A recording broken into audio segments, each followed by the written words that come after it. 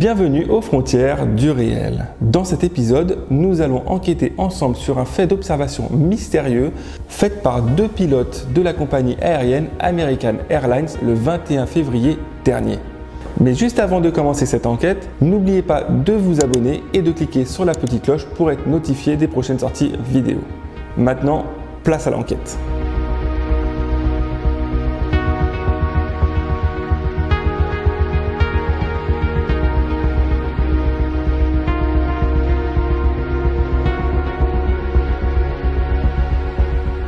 Alors déjà, première chose qu'on peut dire, c'est que vous remarquez que je ne suis pas dans mon studio. Effectivement, je suis actuellement chez mes parents, mais je vous expliquerai ça dans une prochaine vidéo. Première chose qu'on va faire ensemble pour analyser cette enquête, c'est d'essayer de déterminer les éléments clés de cet article et en extraire des informations qui peuvent être vérifiables. Déjà, ce qu'on peut remarquer dans cet article, c'est qu'on a pas mal d'informations. On a l'information du vol, on a l'information du temporel qui nous situe dans le temps. Donc on a la date à laquelle l'observation a été faite, on a l'heure à peu près à laquelle a été faite l'observation, on a des paramètres de vol, une altitude, une vitesse. On a une situation géographique. Donc en fait, on se rend compte qu'on a vraiment tout ce qu'il faut pour nous permettre d'identifier et de crédibiliser ce qui est affirmé dans cet article, ou du moins ce qui est affirmé par les deux pilotes, parce que je pense que l'article relate uniquement les dires des deux pilotes. Quelque chose d'intéressant aussi qui est mentionné dans cet article-là, c'est qu'apparemment le FBI aurait pris en charge cette observation et mènerait une enquête sur le terrain. Alors malheureusement ça je ne peux pas le vérifier, je n'ai absolument pas de contact au FBI, donc ça serait très compliqué de valider ces dires, mais c'est assez intéressant comme élément. D'ailleurs, à l'heure actuelle où je tourne la vidéo, le FBI n'a toujours pas communiqué sur cette observation. En tout cas, je n'ai pas trouvé d'article, même en américain ou en anglais, disant que le FBI a fait un premier retour sur cette observation. Alors, ce qu'on peut remarquer dans cet article, c'est qu'on a effectivement une date, donc qui est le 21 février dernier, 2021, un numéro de vol, donc le vol 2292, et donc grâce à un petit outil que j'utilise, qui s'appelle Planet Finder, que je paye parce que c'est un outil qui est payant, ça me permet de retracer un peu les différents itinéraires qu'ont pris les avions lors des différents vols. Donc c'est assez bien fait comme outil, on peut remonter dans le temps de façon assez précise. On a pas mal d'informations sur le vol, on a pas mal d'informations sur les trajectoires de ces vols, et notamment des informations des conditions de vol aussi qui sont assez intéressantes.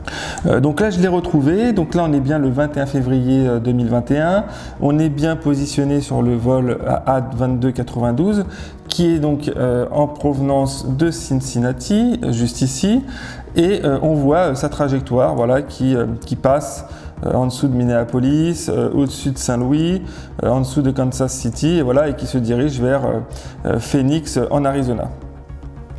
Alors, si on reprend un petit peu ces éléments, je sais que dans l'article, ils disent que l'observation, en tout cas l'appel radio qui a été émis du vol 2292, donc a été fait vers 13h, heure locale, et que ça aurait été intercepté, si je ne me trompe pas, par un tour d'opérateur qui se trouverait à Albuquerque, au Nouveau-Mexique. Alors effectivement, dans mon outil, on a une heure locale depuis là où on consulte.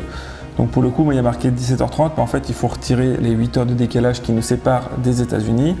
Et donc, on tombe plutôt aux alentours de 9h30. Donc, on peut dire que l'avion a décollé donc à 9h30, heure locale de Cincinnati, et que l'observation a été faite environ vers 13h.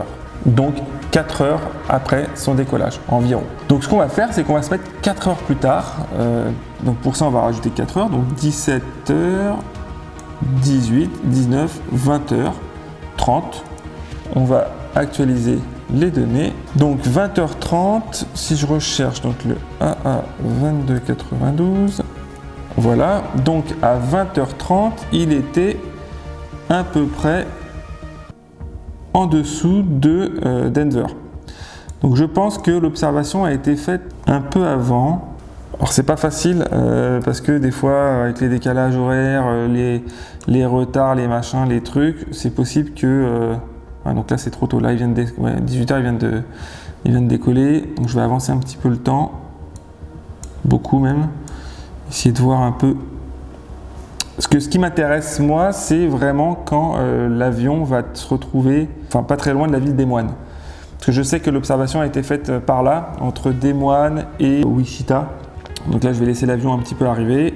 Donc vous voyez, ce genre d'outil, c'est quand même assez fou, parce qu'on a une représentation de tous les différents vols et des différentes trajectoires qu'empruntent les avions, et je trouve ça quand même assez incroyable. Donc là, déjà, on voit qu'il y a beaucoup d'entrelacements d'avions, ils se croisent beaucoup.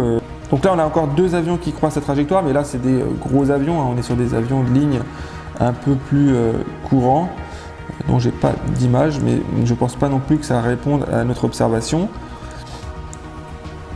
Donc on va le laisser un petit peu dériver encore. Donc là, vous voyez, on a des avions des fois plus petits de ce type-là, qui sont vraiment des tout petits avions. Bon là, on n'a pas d'image, mais qui font vraiment du vol très local. Mais ça ne nous intéresse pas à ce stade-là. Donc on reprend un peu la trajectoire de notre avion. Donc là, on voit que notre trajectoire va être traversée encore. Il va croiser encore une fois la trajectoire d'un autre avion qui a l'air d'être sensiblement de la même taille, mais on peut quand même aller voir un peu sa composition. Ouais, donc effectivement, c'est un avion qui fait à peu près la même taille, donc je ne pense pas que les pilotes puissent confondre un avion de ligne avec un objet non identifié. Mais là, par contre, vous allez voir, il y a quelque chose d'intéressant. Hop, je vais mettre en pause, et là, vous voyez que l'avion croise vraiment, mais de façon frontale en fait, un autre avion qui va lui beaucoup nous intéresser. Donc si je clique dessus, donc déjà on n'a pas de photo, mais en prenant sa dénomination encore une fois, on va aller voir un peu à quoi il ressemble. Et là, on tombe sur un avion, alors déjà qui a vraiment une gueule bizarre, pour le coup, j'avais jamais vu ça. Ouais.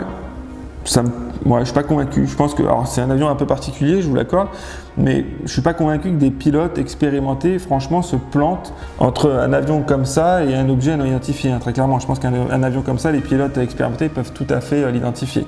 Donc, je pense pas qu'on soit encore sur ce type d'avion qui pourrait expliquer le phénomène. Donc, on va continuer un petit peu. Je vais regarder, il y a d'autres petits avions là qui vont couper la trajectoire. Il y a celui-ci qui arrive là. Celui-ci, qu'est-ce que ça donne ?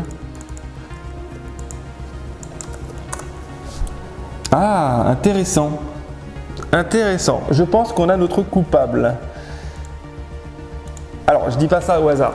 Je dis ça parce que je le savais bien avant de faire toute cette mécanique-là, qu'en fait, l'observation a vraiment été faite par là, à la frontière entre le Colorado, le Nouveau-Mexique et le Kansas.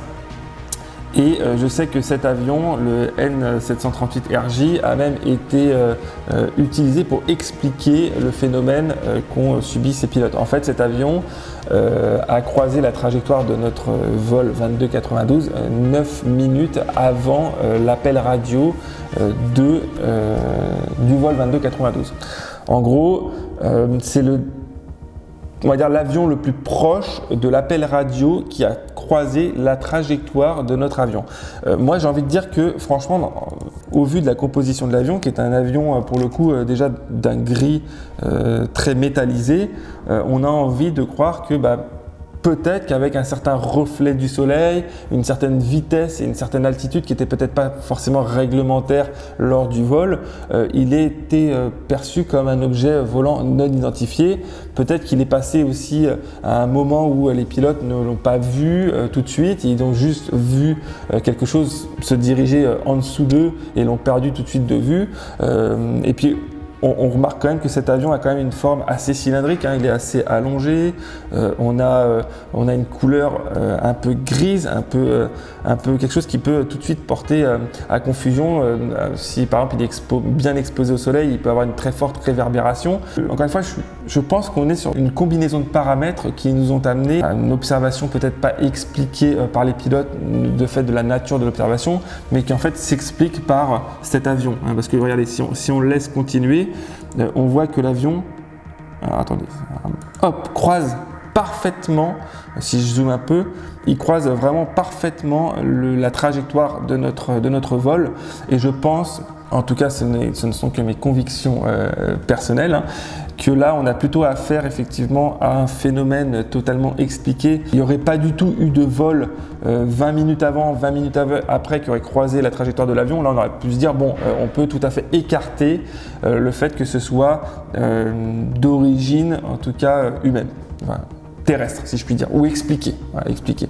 Alors vous voyez, des fois c'est important de ne pas uniquement se référer à un argument d'autorité qui consiste à dire que vu que c'est des pilotes, ils savent reconnaître absolument tout dans le ciel et ils ne peuvent pas être sujets à des phénomènes particuliers. Alors quand je dis des phénomènes, ça peut être des phénomènes météorologiques ou visuels. Voilà, les pilotes sont des gens comme vous et moi et encore une fois, l'argument d'autorité n'est pas un argument fiable dans l'observation d'objets volants non identifiés. L'observation d'objets volants non identifiés est très subjective en fonction de différents paramètres et donc c'est pour ça que c'est important de toujours, quand vous tombez sur des articles comme ça, de faire votre petite recherche et d'essayer d'en sortir une explication rationnelle. Encore une fois, ça ne veut pas forcément dire que c'est toujours le cas. Il y a des fois, il y a des cas où on n'a pas d'explication rationnelle parce que il n'y a rien qui corrobore ce qui s'est passé. Ce qu'il faut savoir aussi, c'est que dans cette région, on a aussi une très forte activité militaire. Il y a des bases aériennes militaires très proches de ces endroits-là où il y a très certainement une activité peut-être prototypaire où on teste du matériel militaire, où il y a des vols d'essai qui peuvent tout à fait répondre aussi à ce genre d'observation. Alors là, pour le coup, c'est plus difficile à vérifier que ça. Voilà, j'espère que vous avez aimé un petit peu cette enquête très rapide, hein. Là, l'enquête, elle était assez simple dans la mesure où on avait quand même beaucoup d'informations qui nous étaient fournies par l'article. On a pu tout de suite démontrer que il existe des outils pour remédier un petit peu à tout ça. Si vous avez aimé un petit peu ce format vidéo, je vous invite à liker la vidéo, hein. C'est toujours bon pour l'algorithme YouTube. Lâchez un petit commentaire si vous n'êtes pas d'accord ou d'accord avec mes conclusions. Et puis, pourquoi pas vous abonner, cliquez sur la petite cloche pour être notifié des nouvelles sorties vidéo. Et surtout, n'oubliez pas, la vérité est sûrement ailleurs.